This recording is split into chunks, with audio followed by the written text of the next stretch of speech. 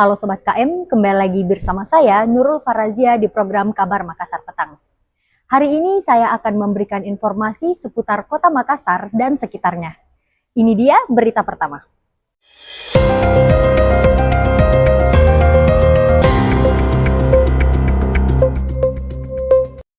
Evakuasi jenazah korban ATR belum dapat dilakukan. Tim SAR bertahan di lokasi. Proses evakuasi korban jatuhnya pesawat ATR 42500 di kawasan Gunung Bulu Saraung, Kabupaten Pangkep, Sulawesi Selatan, hingga Minggu 18 Januari sore belum dapat dilakukan.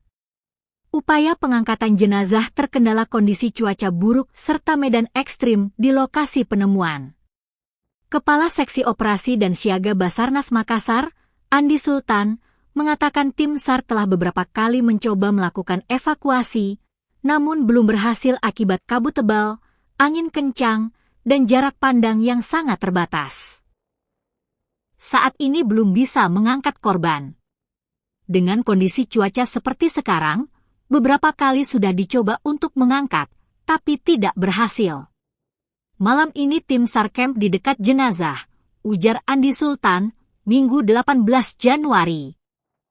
Korban yang ditemukan merupakan salah satu penumpang pesawat ATR 42500 milik Indonesia Air Transport, IAT, yang dilaporkan jatuh di kawasan pegunungan perbatasan Kabupaten Maros dan Kabupaten Pangkep pada Sabtu 17 Januari.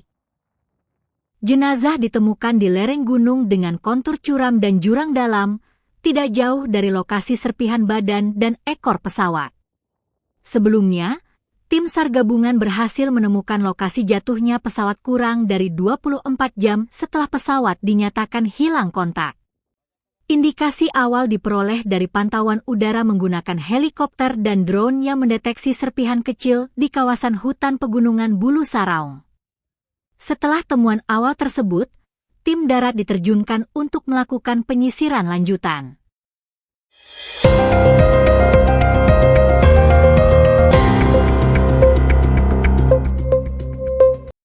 Kantor Dishub dan Perumda Parkir diserang OTK. Kasus dugaan penyerangan yang terjadi di dua kantor pemerintah di Kota Makassar masih dalam penyelidikan aparat kepolisian. Dua lokasi yang menjadi sasaran yakni Kantor Perumda Parkir Makassar dan Kantor Dinas Perhubungan, Dishub, Makassar. Peristiwa tersebut terjadi pada malam hari dan menimbulkan kerusakan fasilitas, meski tidak menimbulkan korban jiwa, Kamis 15 Januari. Kepolisian menyatakan telah melakukan langkah-langkah penyelidikan dengan mengumpulkan bukti dan keterangan saksi di lokasi kejadian. Sejumlah rekaman kamera pengawas menjadi petunjuk utama untuk mengungkap identitas para pelaku serta pola pergerakan sebelum dan sesudah aksi penyerangan terjadi. Berdasarkan hasil penelusuran awal, polisi menduga penyerangan dilakukan oleh sekelompok orang yang bergerak menggunakan beberapa sepeda motor. Dari rekaman CCTV yang telah diamankan, tampak para pelaku mendatangi lokasi, melakukan penyerangan dalam waktu singkat, lalu meninggalkan tempat kejadian. Pola tersebut menguatkan dugaan bahwa aksi dilakukan secara terencana.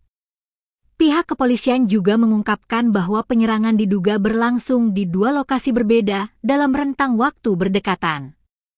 Kantor Dishub Makassar disebut menjadi lokasi pertama yang diserang, sebelum kelompok yang sama bergerak menuju Kantor Perumda Parkir Makassar.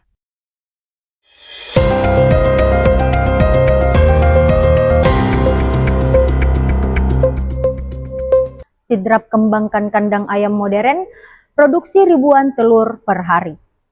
Modernisasi sektor peternakan terus berkembang di Sulawesi Selatan.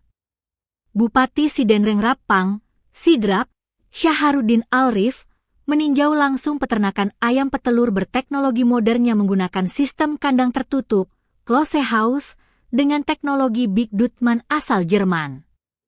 Kehadiran sebuah peternakan ayam petelur berteknologi tinggi yang mengusung sistem kandang modern tertutupi diklaim sebagai salah satu teknologi paling mutakhir di dunia.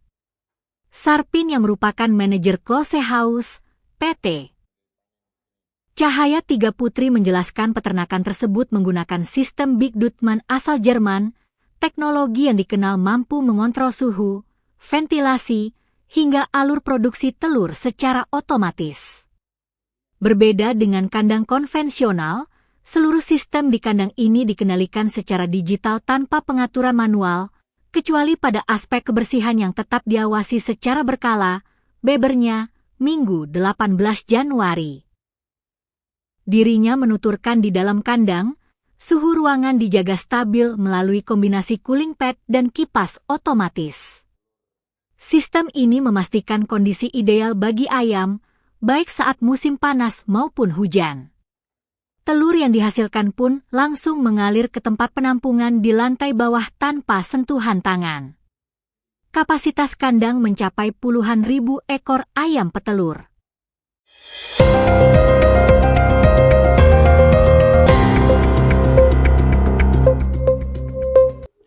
Anak terseret ombak di Pattingaloang ditemukan meninggal hari kedua pencarian. Berita ini sekaligus menutup perjumpaan kita pada hari ini. Saya Nurul Farazia dan seluruh kru yang bertugas pamit undur diri. Tim SAR gabungan menemukan seorang anak laki-laki berusia 5 tahun yang sebelumnya dilaporkan terseret ombak di kawasan pemecah ombak Pattingaloang, Kabupaten Goa. Korban bernama Rido Aganiu ditemukan dalam kondisi meninggal dunia pada hari kedua operasi pencarian, Senin 19 Januari, sekitar pukul 9.41 WITA. Korban ditemukan pagi tadi sekitar pukul 09.41 WITA di jalur Hanyu tidak jauh dari lokasi awal kejadian, dalam kondisi meninggal dunia, ujar Kepala Bidang Rekonstruksi dan Rehabilitasi BPBD Kota Makassar, Riki Karumpa, dalam keterangan. Ia menjelaskan, peristiwa nahas tersebut terjadi pada Minggu 18 Januari sekitar pukul 12.30 WITA. Saat itu korban tengah berada di area pesisir bersama keluarganya. Ketika berdiri di dekat batu pemecah ombak, gelombang besar datang secara tiba-tiba dan menyeret korban ke laut, ujarnya. Usai menerima laporan warga, Tim SAR gabungan yang terdiri dari BPBD Kota Makassar, Dinas Pemadam Kebakaran dan Penyelamatan, Damkarmat, TNI, Polri, relawan, serta masyarakat setempat langsung melakukan operasi pencarian. Pada hari pertama, pencarian dipimpin langsung oleh Kepala BPBD Kota Makassar dan berlangsung hingga malam hari. Namun, operasi hari pertama terpaksa dihentikan sementara sekitar pukul 21.